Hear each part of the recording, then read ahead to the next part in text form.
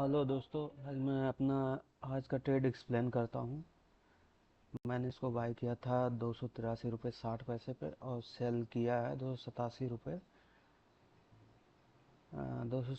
रुपये में।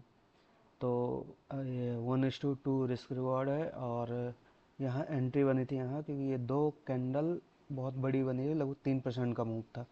उसके बाद एक्सपेक्ट था कि इसमें रिवर्सल आएगा, तब जब यहाँ से रिजेक्शन ली कैंडल, उसके बाद जब ग्रीन कैंडल बनना स्टार्ट हुई तो मैंने ट्रेड यहाँ पे एग्जीक्यूट हुआ। मैंने ट्रेड 283 रुपये 60 पैसे पे। उसके बाद फिर जब ये ग्रीन कैंडल बनी तो मैंने अपना ट्रेलिंग स्टॉप लॉस यहाँ लगा दिया। उसके बाद थोड़ा ये यहाँ पे थोड़ा टाइम पास किया। उसके बाद जब ये कैंडल यहाँ पे हुई तब मैंने अपना स्टॉप लॉस यहाँ पे 1:2 पे सेट कर दिया यहाँ पे। उसके बाद ये जैसे ही रिजेक्शन लिया वैसे मेरा 1:2 का ट्रेलिंग स्टॉप लॉस हिट हो गया। तो अब इसको वीडियो में रिकैप करके हम लोग देखेंगे कि ये कैसे हुआ।